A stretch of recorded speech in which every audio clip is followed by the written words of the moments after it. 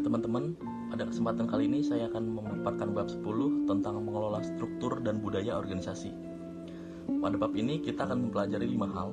Yang pertama, bagaimana mengidentifikasi faktor-faktor apa saja yang mempengaruhi pilihan manajer terhadap struktur organisasi. Yang kedua, menjelaskan bagaimana manajer mengelompokkan tugas ke dalam pekerjaan yang memotivasi dan memuaskan bagi karyawan. Yang ketiga, menjelaskan jenis struktur organisasi yang dapat dirancang oleh manajer dan menjelaskan mengapa mereka memilih satu struktur di atas yang lain. Yang keempat, menjelaskan mengapa manajer harus mengkoordinasikan pekerjaan, fungsi, dan divisi menggunakan hierarki otoritas dan mengintegrasikan mekanisme. Yang kelima, menyebutkan 4 sumber budaya organisasi dan menjelaskan mengapa dan bagaimana budaya perusahaan dapat mengarah pada keunggulan yang kompetitif. Selanjutnya, struktur dan budaya organisasi itu sendiri memiliki pengaruh yang kuat pada bagaimana karyawan bekerja. Dalam lingkungan bisnis yang berubah dengan cepat, penting bagi manajer untuk mengidentifikasi cara terbaik untuk mengatur orang dan sumber daya untuk meningkatkan efisiensi dan efektivitas. Manajer harus merancang arsitektur organisasi yang memanfaatkan sumber daya sebaik mungkin untuk menghasilkan barang dan jasa yang diinginkan pelanggan. Yang pertama, mendesain struktur organisasi. Di sini goalnya adalah menentukan struktur organisasi seperti apa yang cocok, apakah struktur organisasi yang formal ataukah struktur organisasi yang fleksibel. 4 faktor penentu paling penting dari jenis struktur organisasi atau budaya yang dipilih manajer adalah sifat lingkungan organisasi, jenis strategi yang dikejar oleh organisasi, teknologi, dan karakteristik sumber daya manusia. Kita bahas yang pertama, lingkungan organisasi.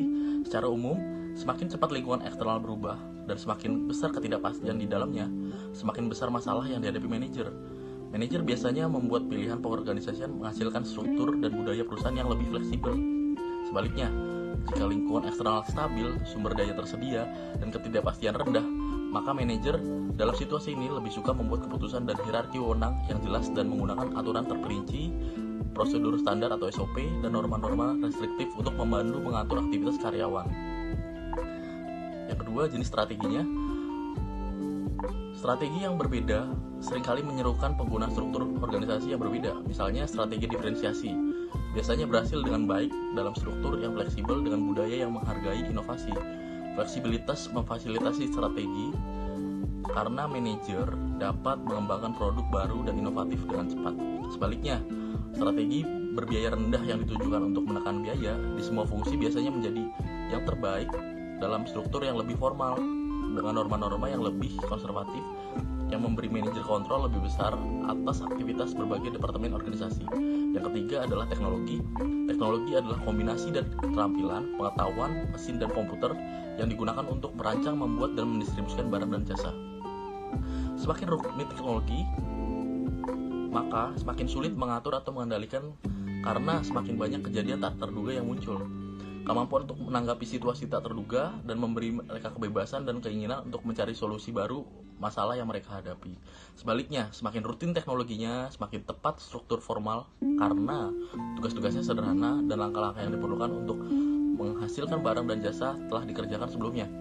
Selanjutnya, sumber daya manusia. Secara umum, semakin terampil tenaga kerjanya dan semakin besar jumlah karyawan yang bekerja, maka semakin besar kemungkinan organisasi untuk menggunakan struktur yang fleksibel dan budaya profesional berdasarkan pada nilai dan norma yang mendorong karyawan otonomi dan kontrol diri. Kesimpulannya adalah dalam mendesain struktur organisasi, semakin besar tingkat ketidakpastian dalam lingkungan organisasi, semakin kompleks strategi dan teknologinya, dan semakin tinggi tenaga kerja keterampilan berkualitas, semakin besar kemungkinan manajer merancang struktur budaya yang fleksibel, dapat berubah dengan cepat, memungkinkan karyawan untuk menjadi inovatif dalam merespons mereka terhadap masalah, kebutuhan pelanggan, dan sebagainya. Sebaliknya, semakin stabil lingkungan organisasi, semakin tidak kompleks dan semakin dipahami strategi atau teknologinya, dan semakin sedikit keterampilan tenaga kerjanya, semakin besar kemungkinan manajer untuk merancang struktur organisasi yang formal, mengendalikan dan menentukan bagaimana karyawan harus bertindak dalam situasi tertentu. Yang kedua adalah mengelompokkan tugas ke dalam pekerjaan, yaitu desain pekerjaan. Langkah pertama dalam desain organisasi adalah desain pekerjaan. Proses di mana para manajer memutuskan bagaimana membagi pekerjaan tertentu dengan tugas-tugas yang harus dilakukan untuk menyediakan barang dan jasa kepada pelanggan. Misalnya, manajer di restoran cepat saji seperti McDonald memutuskan pembagian kerja dasar di antara koki di bagian dapur dan server makanan di bagian depan. Manajer dari setiap organisasi harus menganalisis berbagai tugas yang harus dilakukan dan kemudian menciptakan pekerjaan yang paling memungkinkan di organisasi tersebut. Jika pekerja merasa pekerjaan mereka yang disederhanakan membosankan dan monoton, karyawan menjadi terdemotivasi dan tidak bahagia, akibatnya berkinerja tidak baik atau di tingkat yang sangat rendah. Untuk desain pekerjaan sendiri dibagi menjadi dua, yaitu pembesaran dan pengayaan pekerjaan, dan yang kedua model karakteristik pekerjaan. Pembesaran dan pengayaan pekerjaan. Untuk pembesaran pekerjaan adalah memperbesar pekerjaan, berarti meningkatkan jumlah tugas yang berbeda dalam pekerjaan tertentu dengan mengubah pembagian kerja. Misalnya, pelayan di restoran tertentu memiliki satu tugas yaitu menyiapkan makanan, namun di restoran lainnya ada karyawan yang ditugaskan menyiapkan makanan dan sebagai kasir juga. Selanjutnya, pengayaan pekerjaan, yaitu meningkatkan tingkat tanggung jawab pekerja atas pekerjaan dengan cara 1. Memberdayakan pekerja untuk bereksperimen. Yang kedua, mendorong pekerja untuk mengembangkan keterampilan baru. Yang ketiga, bisa juga dengan memberi tanggung jawab dan memberikan kebebasan untuk memutuskan dalam suatu masalah. Dan yang keempat adalah memungkinkan pekerja untuk memantau dan mengukur kinerja mereka sendiri. Selanjutnya, yang kedua adalah model karakteristik pekerjaan. Model karakteristik pekerjaan menurut Jack Heckman dan Oldham adalah model desain pekerjaan yang berpengaruh yang menjelaskan secara rinci bagaimana manajer dapat membuat pekerjaan lebih menarik dan memotivasi. Menurut Heckman dan Oldham, setiap pekerjaan memiliki 5 karakteristik yang menentukan bagaimana pekerja tersebut bisa memotivasi. Karakteristik ini menentukan bagaimana karyawan bereaksi terhadap pekerjaan mereka dan mengarah pada hasil kinerja tertinggi, kepuasan, dan rendahnya absensi serta turnover-nya. 5 hal tersebut adalah: yang pertama, variasi keterampilan. Sejauh mana suatu pekerjaan mensyaratkan bahwa seorang karyawan menggunakan berbagai keterampilan, kemampuan, dan pengetahuan yang berbeda. Yang kedua, identitas tugas. Sejauh mana suatu pekerjaan mensyaratkan bahwa seorang pekerja melakukan semua tugas yang diperlukan untuk menyelesaikan pekerjaan dari awal hingga akhir produksi. Yang ketiga, signifikansi tugas. Tingkat di mana seorang pekerja merasakan pekerjaannya bermakna karena pengaruhnya terhadap orang-orang di organisasi serta rekan kerja ataupun pelanggan. Yang keempat, otonomi. Sejauh mana suatu pekerjaan memberikan kebebasan dan keleluasan kepada karyawan untuk menjadwalkan tugas yang berbeda dan memutuskan bagaimana melaksanakannya. Yang kelima, umpan balik. Sejauh mana sebenarnya melakukan suatu pekerjaan memberikan informasi yang jelas dan langsung kepada pekerja tentang seberapa baik dia telah melakukan pekerjaan tersebut. Dengan umpan balik, karyawan merasa diamati. Dengan umpan balik, karyawan merasa dinilai, diperhatikan. Dengan umpan balik, karyawan merasa diapresiasi. Yang ketiga adalah mengelompokkan pekerjaan ke dalam fungsi dan divisi, yaitu merancang struktur organisasi. Begitu manajer telah memutuskan tugas mana yang akan dialokasikan ke pekerjaan mana, mereka menghadapi keputusan perorganisasian berikutnya, yaitu bagaimana mengelompokkan pekerjaan bersama-sama agar paling sesuai dengan kebutuhan lingkungan, strategi, teknologi, dan sumber daya organisasi. Itu bisa dibagi menjadi dua, yaitu struktur fungsional dan struktur divisi. Struktur fungsional adalah sekelompok orang bekerja bersama, memiliki keterampilan yang sama, atau fungsi, jenis, pengetahuan, alat, atau teknik yang sama untuk melakukan pekerjaan mereka. Struktur fungsional adalah struktur organisasi yang terdiri dari semua departemen yang diperlukan organisasi untuk menghasilkan barang atau jasanya. Ada beberapa keuntungan untuk mengelompokkan pekerjaan sesuai fungsinya. Pertama, ketika orang yang melakukan pekerjaan serupa dikelompokkan bersama, mereka dapat belajar dari mengamati satu sama lain. Yang kedua, ketika orang melakukan pekerjaan serupa dikelompokkan bersama, lebih mudah bagi para manajer untuk memantau dan mengevaluasi kinerja mereka. Selanjutnya adalah struktur divisi. Bisa dibagi menjadi 3, yaitu produk, pasar, dan geografis. Maksudnya apa? Sebagai berikut. Struktur divisi adalah struktur organisasi yang terdiri dari unit-unit bisnis yang terpisah. Di dalamnya terdapat fungsi yang bekerja bersama untuk menghasilkan produk spesifik untuk pelanggan tertentu. Setiap divisi adalah kumpulan fungsi atau departemen yang bekerja sama untuk menghasilkan produk. Tujuan dibalik perubahan ke struktur divisi adalah untuk menciptakan unit yang lebih kecil dan lebih mudah dikelola dalam organisasi. Ada 3 bentuk struktur divisi, yaitu ketika manajer mengatur divisi sesuai dengan jenis barang atau jasa yang mereka sediakan, mereka mengadopsi struktur divisi produk. Yang kedua, ketika manajer mengatur divisi berdasarkan wilayah, negara, atau dunia tempat mereka beroperasi, mereka mengadopsi struktur divisi geografis. Yang ketiga, ketika manajer mengatur divisi berdasarkan jenis pelanggan yang mereka fokuskan, mereka mengadopsi struktur divisi pasar. Apakah hal ketiga tersebut? Yang pertama, struktur produk. Struktur produk adalah struktur organisasi di mana setiap lini produk atau bisnis ditangani oleh divisi mandiri. Tidak ada manajer pemasaran individu, misalnya, yang dapat memasarkan mobil, makanan cepat saji, asuransi kesehatan, perabot rumah tangga secara efektif secara bersamaan. Tidak ada manajer yang memiliki keterampilan atau kemampuan yang diperlukan untuk mengawasi keempat produk tersebut. Fungsi pengelompokan menjadi divisi yang berfokus pada produk tertentu memiliki beberapa keuntungan bagi para manajer di semua tingkatan organisasi. Yang pertama, struktur organisasi memungkinkan manajer fungsional untuk berspesialisasi hanya dalam satu bidang produk. Yang kedua, manajer masing-masing divisi dapat menjadi lebih ahli dalam industri mereka. Yang ketiga, struktur organisasi produk membebaskan manajer perusahaan untuk mengawasi langsung operasi sehari-hari di divisi. Selanjutnya, struktur geografis. Struktur geografis adalah suatu struktur organisasi di mana setiap wilayah negara atau wilayah di dunia dilayani oleh divisi mandiri. Ketika organisasi berkembang pesat, baik di dalam maupun luar negeri, struktur fungsional dapat menciptakan masalah khusus karena manajer di satu lokasi pusat mungkin merasa sangat sulit untuk menangani berbagai masalah dan masalah yang mungkin timbul di setiap wilayah di suatu negara atau wilayah di dunia. Selanjutnya, struktur pasar. Struktur pasar adalah suatu struktur organisasi di mana setiap organisasi pelanggan dilayani oleh divisi mandiri, juga disebut struktur pelanggan.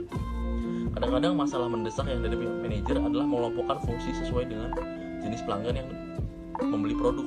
Misal, jenis pelanggan besar, jenis pelanggan kecil, jenis pelanggan tingkat universitas, jenis pelanggan tingkat sekolah dasar, sekolah menengah. Hal tersebut ditangani oleh manajer-manajer yang berbeda.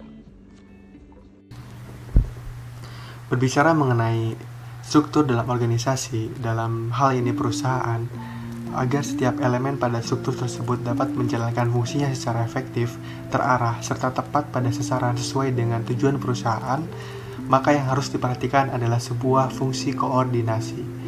Karena pada hakikatnya, suatu perusahaan itu akan tetap berjalan dengan baik ketika masih terdapat komunikasi dan koordinasi dari top manajemen, middle sampai ke level staff.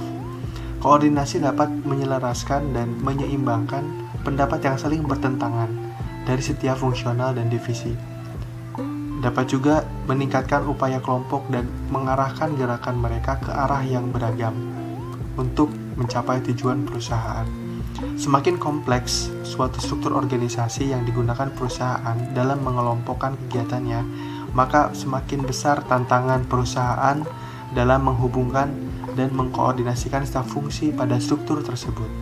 Hal tersebut karena setiap fungsi atau divisi memiliki orientasi dan sudut pandang yang berbeda dalam menghadapi permasalahan di perusahaan. Setiap fungsi dan divisi melihat permasalahan yang dihadapi perusahaan dari perspektifnya sendiri.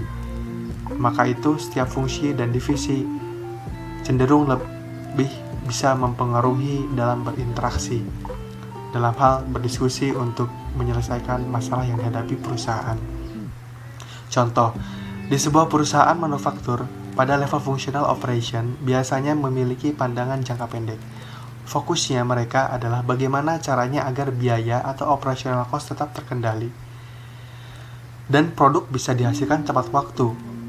Namun sebaliknya, di bagian Functional Research and Development atau R&D memiliki pandangan jangka panjang karena mengembangkan sebuah produk baru prosesnya relatif lambat dan kualitas produknya dianggap lebih penting ketimbang kecepatan.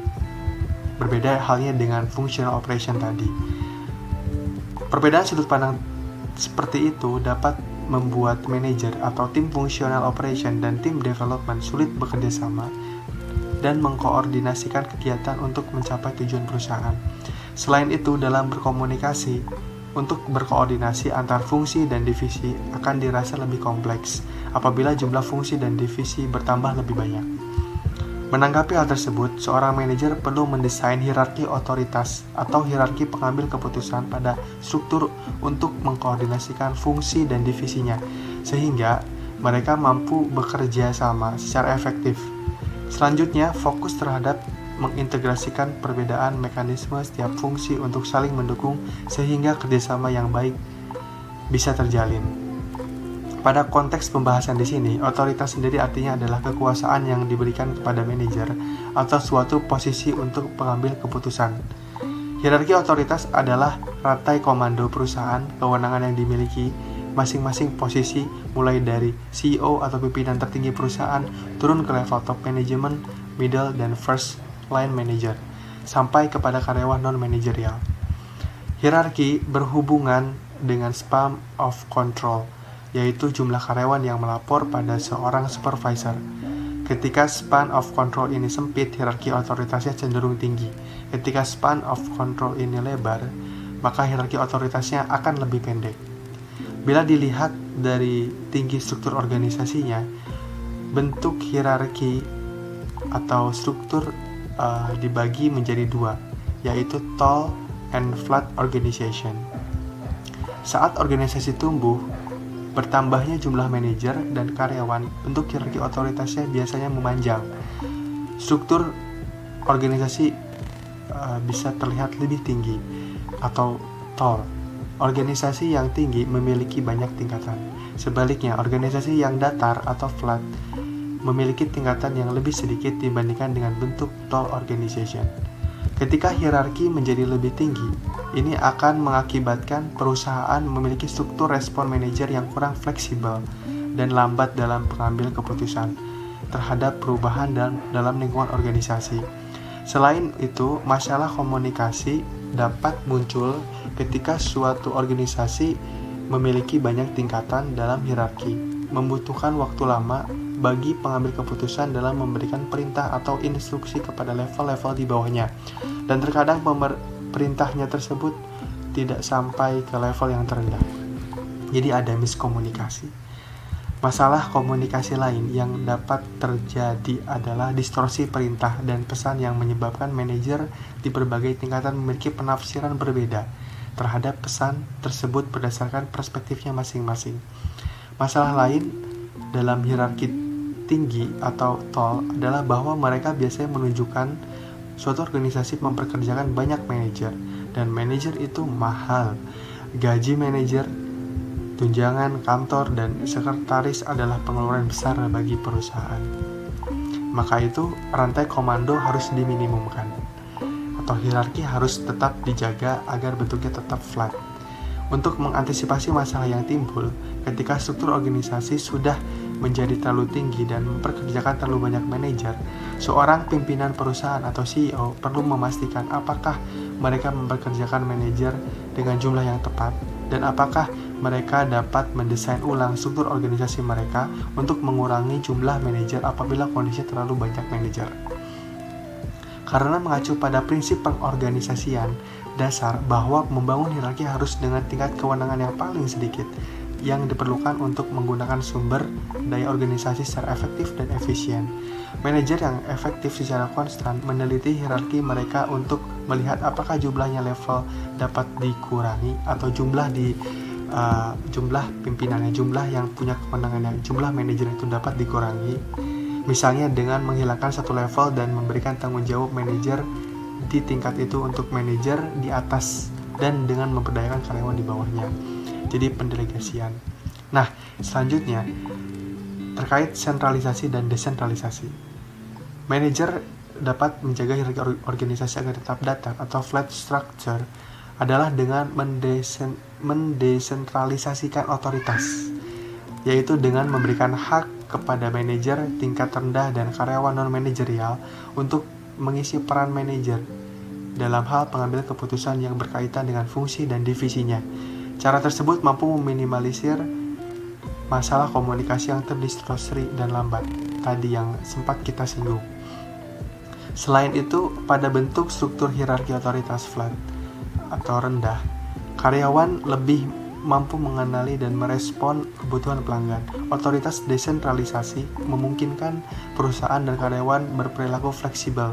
Meskipun begitu, cara mendesentralisasikannya otoritas terlalu banyak desentralisasi memiliki kelemahan tertentu jika divisi fungsi atau tim diberikan banyak otoritas pengambil keputusan. Nah, jadi semakin banyak desentralisasi juga tidak baik. Mereka dapat mulai mengejar tujuan mereka sendiri dengan mengorbankan tujuan perusahaan. Atas hal tersebut, manajer puncak atau pimpinan perusahaan harus mencari keseimbangan antara sentralisasi dan desentralisasi otoritas. Yang paling baik adalah untuk memenuhi 4 kemungkinan besar yang dihadapi perusahaan, seperti yang sudah dibahas di chapter sebelumnya terkait keseimbangan antara sentralisasi dan desentralisasi. Itu ada 4. Mengacu kepada 4, yaitu organizational environment, teknologi, human resources, dan strategi. Selanjutnya, selain memastikan untuk struktur agar tetap bentuknya flat, tantangan selanjutnya adalah bagaimana seorang manajer tersebut dapat mengintegrasikan mekanisme-mekanisme di setiap fungsional dan divisi. Tentu saja mekanisme pasti berbeda. Maka dari itu bagaimana caranya? Seperti yang kita bahas sebelumnya, perlu sekali koordinasi terjadi dalam sebuah hierarki, dan beberapa masalah dikaitkan dengan interaksi atau kontak di antara manajer dalam berbagai manajer dan berbagai fungsi dan divisi yang memiliki orientasi yang berbeda. Konflik komunikasi akan muncul, dan bagaimanapun ini akan menghambat pimpinan perusahaan dalam pengambilan keputusan. Untuk meningkatkan komunikasi dan koordinasi antar fungsi atau antar divisi, dan untuk mencegah masalah ini muncul serta meminimalkan konflik, pimpinan tertinggi harus menggabungkan berbagai mekanisme setiap fungsi dan divisi ke dalam desain struktur organisasi mereka. Semakin besar kompleksitas suatu struktur organisasi, semakin besar kebutuhan organisasi antara orang, fungsi, dan divisi untuk membuat struktur organisasi bekerja secara efektif dan efisien. Berikut adalah mekanisme integrasi yang dapat digunakan manajer untuk meningkatkan komunikasi dan koordinasi antar fungsi dan divisi. Perhatikan. Yang pertama adalah liaison roles. Cara untuk meningkatkan koordinasi adalah memberikan tanggung jawab kepada satu manajer atau peran penghubung di setiap fungsi dan divisi atau berkoordinasi dengan yang lain. Manajer-manajer ini dapat bertemu harian, mingguan, bulanan, dan sesuai kebutuhan. Jadi ada satu fungsi manajer yang memang dia fungsinya bagaimana bisa membangun hubungan yang baik antar manajer untuk saling berdiskusi, membicarakan mekanisme, dan bagaimana mekanismenya tersebut yang berbeda bisa diintegrasikan dan bisa memberikan nilai tambah bagi masing-masing fungsi atau divisi. Yang kedua adalah task force, yaitu satu manajer dari setiap fungsi atau divisi terkait ditugaskan ke satuan tugas untuk bertemu dan bekerja sama memecahkan masalah yang spesifik dan saling menguntungkan melalui pembentukan komite yang bersifat sementara. Lalu selanjutnya anggota bertanggung jawab untuk melaporkan ke departemen mereka tentang masalah yang ditangani dan solusi yang disarankan di dalam komite. Mereka dapat bertemu secara teratur dan hanya beberapa kali sesuai kebutuhan. Jadi task force ini adalah manajer ataupun pimpinan perusahaan itu membentuk suatu komite yang bersifatnya sementara untuk mengatasi masalah tertentu, dan setelah masalahnya selesai, komite tersebut ditutup dan dibubarkan. Seperti itu. Lalu berikutnya caranya adalah dengan cross-functional teams. Nah, dalam banyak kasus, masalah yang ditangani oleh satu fungsi atau divisi adalah masalah yang berulang, seperti kebutuhan untuk mengembangkan produk baru atau menemukan jenis pelanggan baru. Untuk mengatasi masalah berulang secara efektif, manajer dapat membentuk tim lintas fungsi komite yang bersifat permanen. Contoh, seorang manajer membentuk tim lintas fungsi pembentukan produk baru yang bertanggung jawab atas desain, manufaktur, dan pemasaran produksi. Tim-tim ini memiliki tanggung jawab jangka panjang dan semua aspek pengembangan dan pembuatan produk. Jadi beda dengan halnya tadi komite, task force. Untuk cross-functional teams itu memang benar-benar pimpinan membentuk satu tim, satu komite yang di luar fungsinya, dan secara intensif mingguan atau bulanan bertemu untuk membicarakan pengembangan produk ataupun inovasi-inovasi lainnya, sehingga komunikasi bisa tetap berjalan, mekanisme juga bisa diintegrasikan dengan baik. Selanjutnya adalah integrating roles and departments. Menyatukan peran fungsi antar divisi untuk mencapai keuntungan kinerja bersama. Hasil sinergitas antar divisi tersebut, biasanya manajer yang melakukan peran integrasi ini adalah manajer senior yang berpengalaman, yang dapat membayangkan bagaimana menggunakan sumber daya fungsi atau divisi untuk mendapatkan sinergi baru. Manajer harus meningkatkan koordinasi di antara fungsi dan divisi dengan menggunakan mekanisme integrasi yang kompleks. Manajer harus memutuskan tentang cara terbaik untuk mengatur struktur mereka, yaitu pilih struktur yang memungkinkan memanfaatkan sumber daya organisasi dengan yang sebaik-baiknya.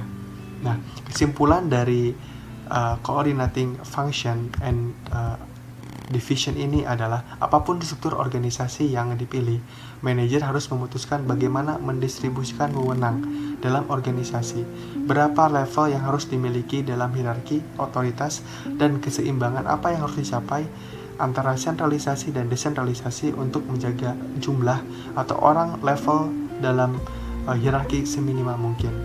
Agar organisasi itu tumbuh, manajer harus meningkatkan integrasi dan koordinasi antara fungsi dan divisi.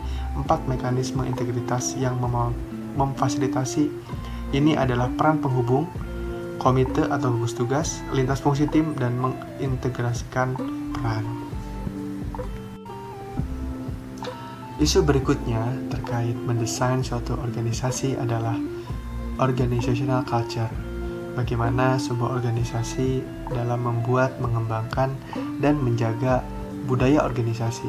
Seperti halnya yang pernah kita bahas pada chapter sebelumnya di minggu-minggu lalu, budaya organisasi adalah seperangkat keyakinan, harapan, nilai bersama, dan norma-norma yang mempengaruhi hubungan anggota organisasi dengan norma yang lain, dan bekerja sama untuk mencapai tujuan organisasi. Budaya dapat mempengaruhi perilaku kerja dan sikap individu atau kelompok dalam suatu organisasi. Budaya perusahaan adalah hasil dari nilai dan norma. Sebuah nilai perusahaan adalah standar bersama yang digunakan anggotanya untuk mengevaluasi apakah mereka telah membantu perusahaan mencapai visi dan tujuannya. Nilai-nilai yang mungkin diadopsi oleh perusahaan pada umumnya adalah sebagai berikut: keunggulan, stabilitas, prediktabilitas, profitabilitas, ekonomi, kreativitas, moralitas, dan nilai kegunaan. Norma perusahaan menentukan atau meresepkan jenis keyakinan, sikap, dan perilaku bersama yang harus diamati dan diikuti oleh para anggotanya. Norma bersifat informal, tetapi kuat aturan tentang bagaimana karyawan harus berperilaku dalam perusahaan jika mereka ingin diterima dan membantu perusahaan dalam mencapai tujuannya. Idealnya, norma bisa membantu perusahaan dalam mencapai nilai-nilainya. Dalam mengelola organisasi, salah satu pertanyaan yang muncul adalah dari mana budaya organisasi itu berasal? Mengapa perusahaan yang berbeda memiliki budaya yang berbeda? Mengapa budaya yang selama bertahun-tahun dapat membantu organisasi mencapai tujuannya tiba-tiba bisa membahayakan organisasinya? Budaya organisasi dibentuk oleh hasil interaksi 4 faktor utama, yaitu pribadi dan karakteristik profesional orang dalam organisasi. Yang kedua adalah etika organisasi. Selanjutnya adalah sifat hubungan ketenagakerjaan, dan yang terakhir adalah desain struktur organisasi. Faktor-faktor ini bekerja bersama untuk menghasilkan budaya yang berbeda di organisasi, yang berbeda dan menyebabkan perubahan budaya dari waktu ke waktu. Kita bahas satu persatu. Yang pertama adalah karakteristik orang dalam organisasi. Budaya organisasi adalah orang-orang yang membentuk organisasi. Jika kamu ingin tahu mengapa budaya organisasi berbeda, lihat bagaimana karakteristik karyawan mereka. Pasti berbeda. Perusahaan A, B, dan C mengembangkan budayanya yang berbeda karena mereka menarik atau merekrut, memilih, dan mempertahankan orang yang memiliki nilai, kepribadian, dan etika yang berbeda sesuai dengan kebutuhan perusahaan ataupun sektor industri mereka. Yang kedua adalah etika organisasi. Para manajer suatu perusahaan dapat menetapkan nilai-nilai dan norma-norma budaya tertentu untuk mengembangkan dan mengendalikan perilaku karyawannya. Nilai penting dalam etika organisasi berasal dari nilai-nilai moral dan aturan yang sesuai dengan aktivitas perusahaan, dengan menekankan pentingnya memperlakukan pemangku kepentingan organisasi secara adil dan merata. Manajer secara sengaja menanamkan nilai-nilai etika ke dalam budaya organisasi yang akibatnya dapat menciptakan karyawan mampu mengelola situasi dan membuat keputusan yang mendukung perusahaan dalam mencapai tujuannya. Selanjutnya, faktor hubungan ketenagakerjaan. Faktor ketiga ini adalah yang membentuk budaya organisasi, sifat hubungan kerja yang dibangun perusahaan dengan karyawannya. Melalui hubungan kerja, kebijakan dan praktik sumber daya manusia seperti kebijakan perekrutan, promosi, dan PHK perusahaan, kebijakan sumber daya manusia bersama dengan upah dan tunjangannya dapat mempengaruhi seberapa keras karyawan bekerja untuk mencapai tujuan organisasi, seberapa dekat mereka dengan organisasi, dan apakah mereka akan menerima nilai dan normanya. Jika karyawan tidak melihat prospek dipromosikan atau mendapatkan tunjangan atau mendapatkan benefit yang lebih dari perusahaan, mereka cenderung lebih mencari peluang yang lebih baik di tempat lain. Nilai-nilai dan norma budaya menghasilkan minat sendiri perilaku, dan kerjasama dan keterpaduan akan jatuh. Jadi kalau misalnya perusahaan itu tidak memperhatikan terkait jenjang karir, people development, ataupun terkait benefit and compensation lainnya, maka cenderung karyawan tidak produktif dan bahkan bisa mencari pekerjaan di tempat lain. Selanjutnya yang terakhir adalah struktur organisasi. Kita telah melihat bagaimana nilai dan norma itu membentuk sikap dan perilaku kerja karyawan yang berasal dari orang-orang dalam organisasi etika dan kebijakan HRM. Sumber keempat, nilai budaya berasal dari struktur organisasi. Berbagai jenis struktur menimbulkan berbagai jenis budaya. Jadi untuk membuat budaya tertentu, manajer sering perlu merancang tipe struktur tertentu, struktur tinggi atau tall yang tadi sudah kita bahas. Memunculkan set norma, aturan, dan nilai budaya yang sangat berbeda daripada melakukan struktur yang datar. Jadi antara datar dan tall itu beda, akan mempengaruhi secara budaya organisasi. Dalam organisasi, orang yang memiliki struktur pada tall structure, mereka cenderung berfokus pada kehati-hatian, mematuhi otoritas, dan menghormati tradisi muncul karena prediktabilitas dan stabilitas adalah tujuan yang diinginkan mereka.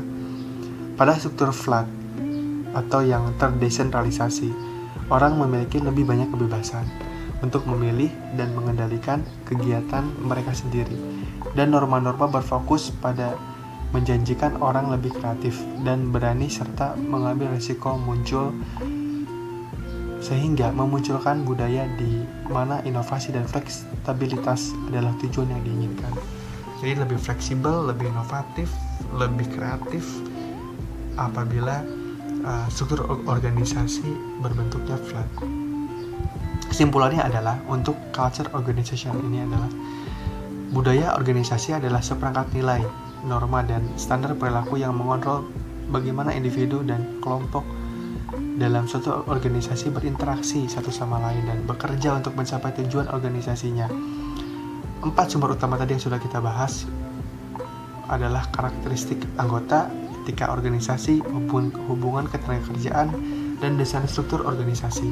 Bagaimana manajer bekerja untuk mempengaruhi keempat faktor ini menentukan apakah budaya organisasi kuat dan adaptif atau lemban tak berdaya dan sulit diubah. Demikian untuk penjelasan coordinating function and division. Dilanjut dengan tadi culture organizational. Semoga bermanfaat. Terima kasih. Oke teman-teman, pada kesempatan ini kita akan membahas chapter Organizational Control and Change. Di dalam sebuah organisasi diperlukan pengendalian, yaitu sebuah proses di mana manajer memantau dan mengatur organisasi dan semua anggotanya dalam melakukan semua kegiatan yang diperlukan untuk mencapai tujuan organisasi itu sendiri secara efektif dan efisien. Kemudian pentingnya pengendalian dalam suatu organisasi. Pengendalian organisasi dapat membantu manajer untuk memperoleh 4 pilar keunggulan kompetitif. Pertama, menentukan seberapa efisien penggunaan sumber daya. Kedua, menentukan kualitas barang dan jasa yang dihasilkan. Ketiga, meningkatkan daya tanggap terhadap pelanggan. Dan yang keempat, menaikkan level inovasi dalam suatu organisasi. Sistem pengendalian dan IT. Yang dimaksud dengan sistem pengendalian di sini adalah penetapan target, monitoring, evaluasi, dan sistem feedback secara formal yang memberikan informasi kepada manajer tentang apakah strategi dan struktur organisasi berjalan atau bekerja secara efektif dan efisien. Sistem pengendalian yang efektif memiliki 3 karakter, yaitu fleksibel, akurat, dan tepat waktu. Ini kita mengenal 3 jenis pengendalian.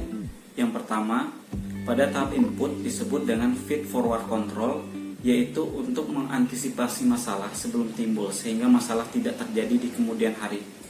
Yang kedua, pada tahap konversi disebut dengan concurrent control, yaitu segera memberikan umpan balik kepada manajer mengenai masalah yang terjadi sehingga manajer dapat memperbaikinya segera saat masalah muncul. Yang ketiga, pada tahap output disebut dengan feedback control, yaitu memberikan informasi kepada manajer mengenai reaksi pelanggan terhadap barang dan jasa yang dihasilkan, sehingga tindakan koreksi dapat diambil jika diperlukan. Oke, selanjutnya ada control process. Proses dalam pengendalian terdiri dari 4 langkah, yaitu pertama, menetapkan standar kinerja, sasaran atau target sebagai dasar untuk evaluasi kinerja. Kedua, mengukur kinerja nyata atau kinerja aktual.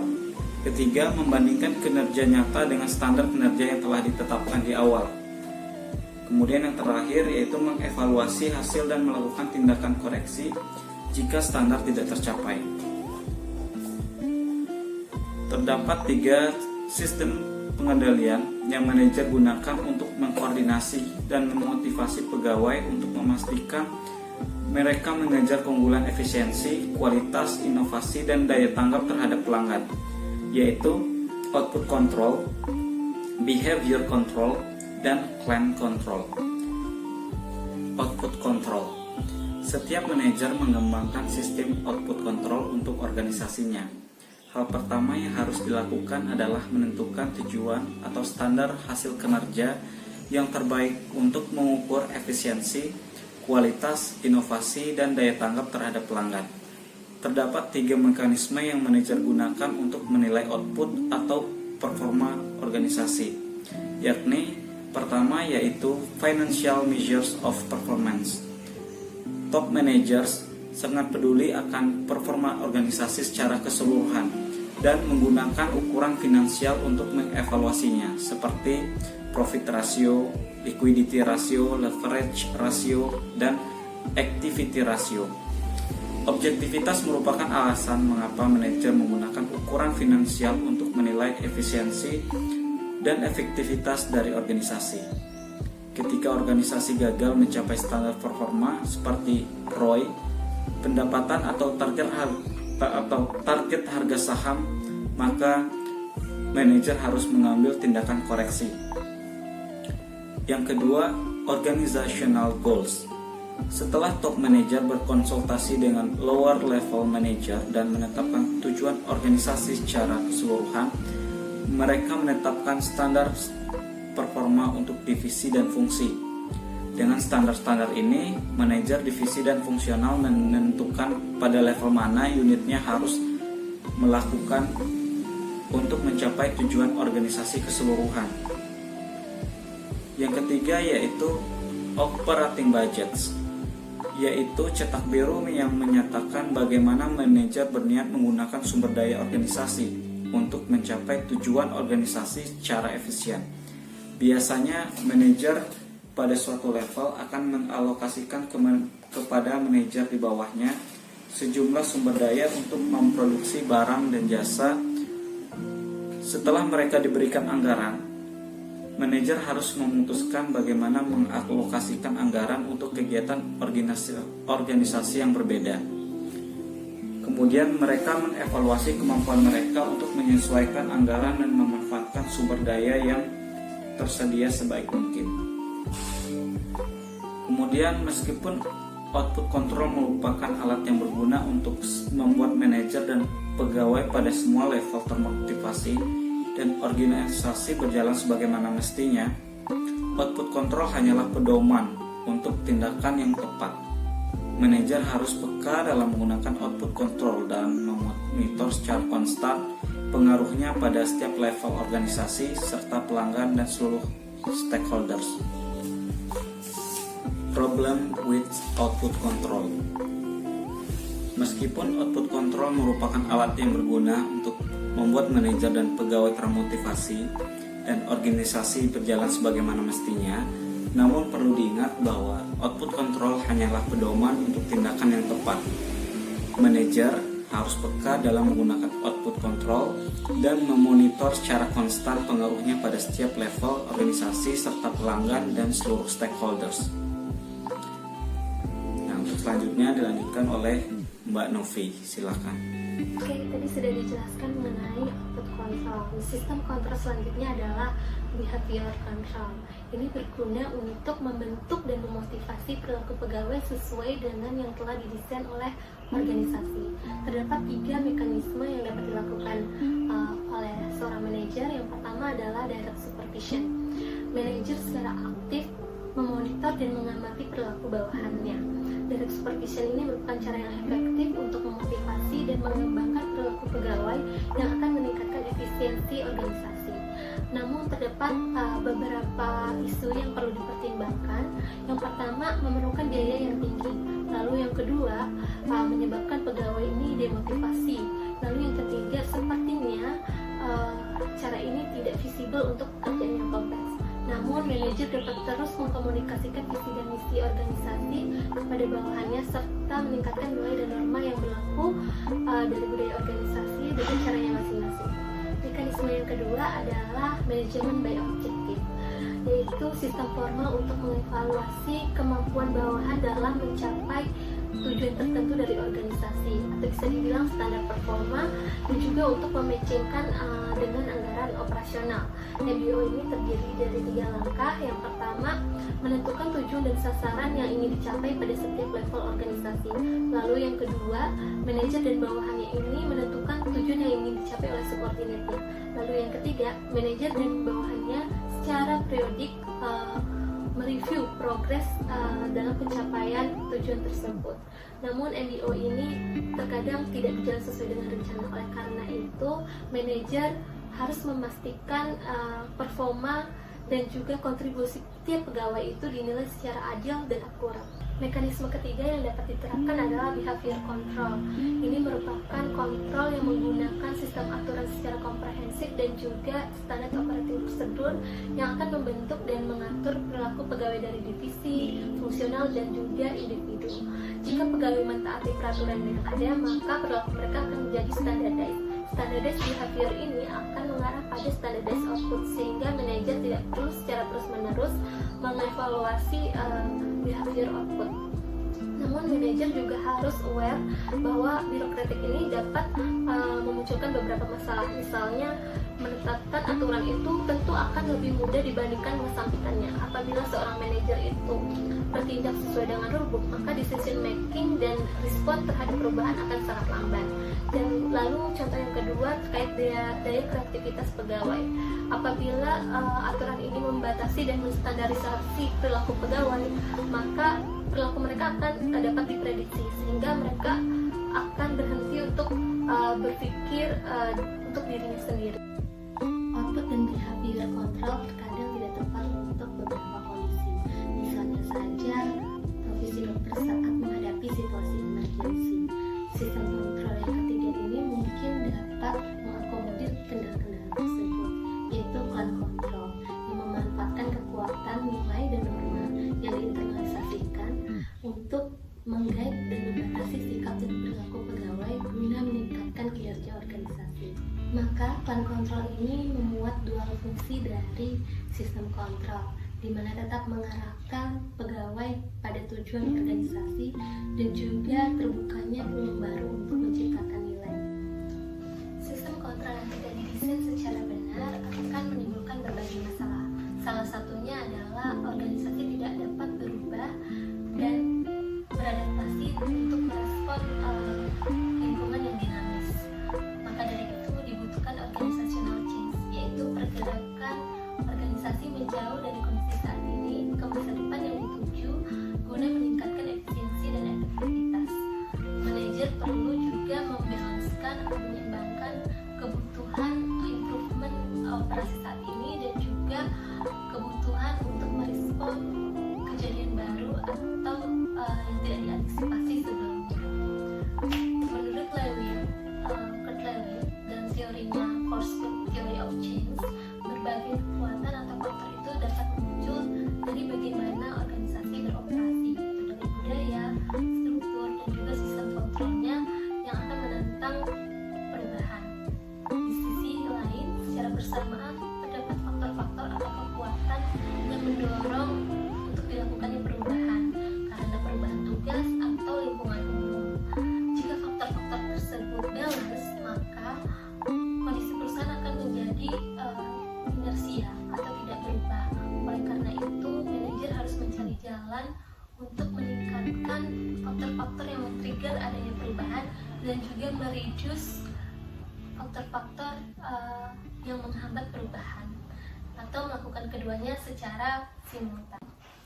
Guna melakukan improvement terhadap efektivitas dan efisiensi secara terus-menerus, seorang manajer harus mengembangkan skill dalam mengelola perubahan. Adapun langkah-langkah yang harus dilakukan dalam proses perubahan, yang pertama adalah menilai perlunya adanya perubahan, yaitu dengan menyadari adanya masalah dan mengidentifikasi di mana letak sumber masalah. Yang kedua adalah memutuskan perubahan yang akan dibuat, di mana manajer harus menentukan kondisi yang ideal di masa depan untuk organisasi dan juga mengidentifikasi hambatan atau sumber penolakan perubahan. Lalu yang ketiga adalah mengimplementasikan perubahan tersebut secara bottom up ataupun top down. Lalu yang terakhir adalah mengevaluasi hasil perubahan terhadap peningkatan kinerja organisasi, bisa dengan berbagai ukuran, misalnya profit sebelum perubahan dan juga sesudah perubahan. Lalu bisa juga membandingkan dengan benchmarking, membandingkan dengan organisasi yang high performance. Dari sana kita bisa mengetahui seberapa sukseskah upaya perubahan. Maka dapat dikatakan bahwa kontrol dan perubahan organisasi ini berkaitan erat karena manajer beroperasi pada lingkungan yang dinamis. Oleh karena itu, manajer harus selalu aware akan kebutuhan untuk merubah strategi dan juga